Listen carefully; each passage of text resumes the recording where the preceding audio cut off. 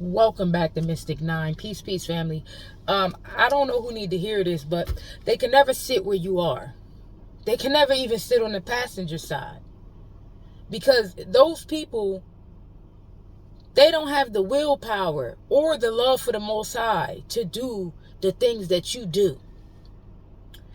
It's so many people out there who see you and they think they know you. And they like, such and such didn't put in that much work to do that. They didn't have to this, that, and the third.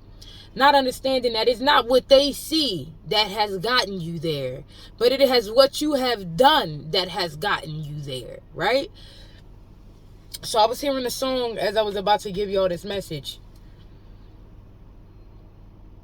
Sometimes you wanna go where everybody knows your name,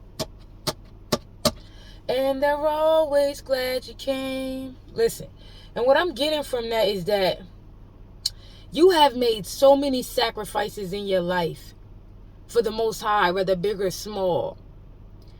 And even if these things you may have thought benefited you, you sacrificed it for the Most High.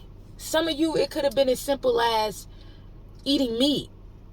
For some of you, it could have been as simple as changing the music that you listen to. These little things that you do to contribute or to make your life better, to make the world a better place. These sacrifices. It could be something as fasting.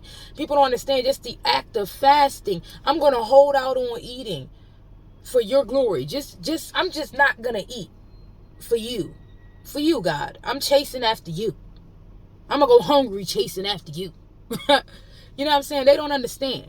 They don't understand. So when people want your position and they feel as though they didn't see you work or really put in no work to get to where you are, let them speculate. Let them hate, family.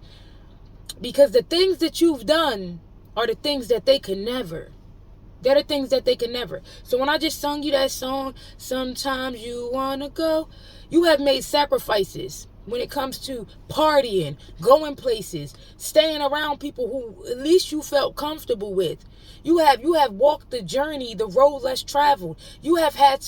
Some of you have cut people off and made a sacrifice and stepped out on faith by yourself. You know what I mean? These are the things that has gotten you in the position that you're in today. They can never take your place. They are not willing to make those sacrifices that you have made. They are not willing.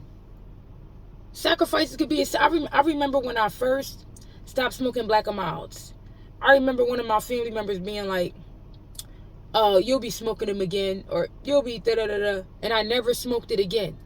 I didn't care what they said. I'm actually a different type of breed. You tell me what I'm not going to do, and I'm going to show you what I'm going to do.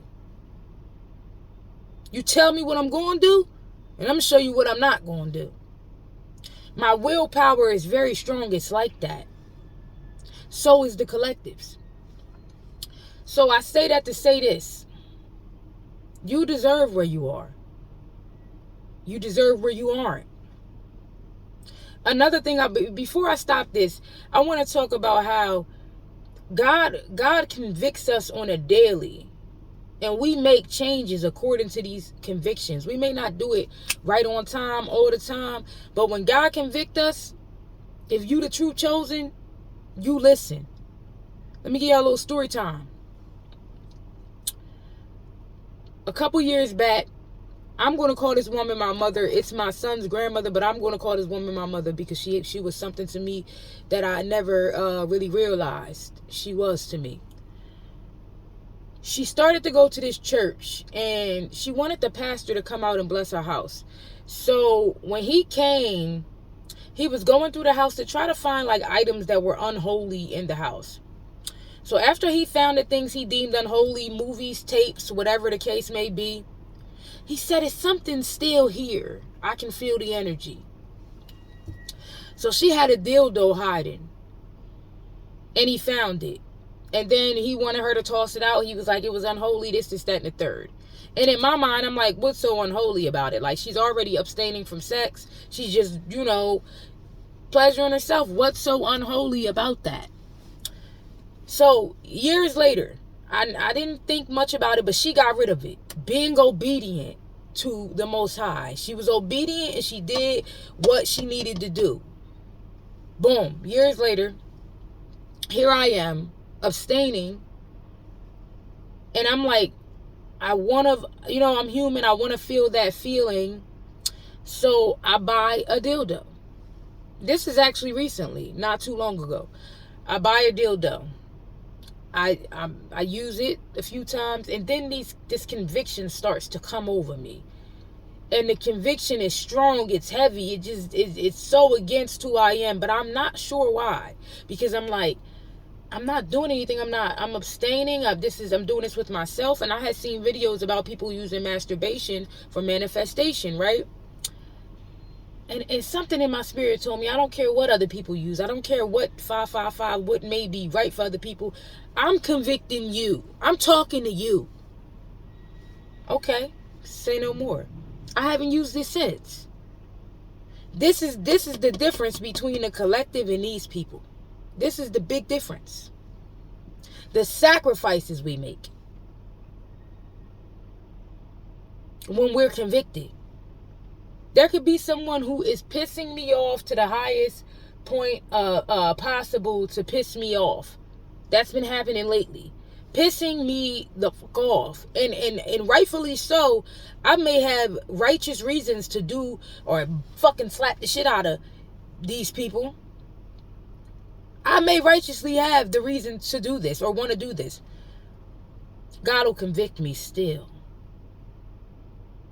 You're not at peace within yourself if you feel the need to respond or react to these people.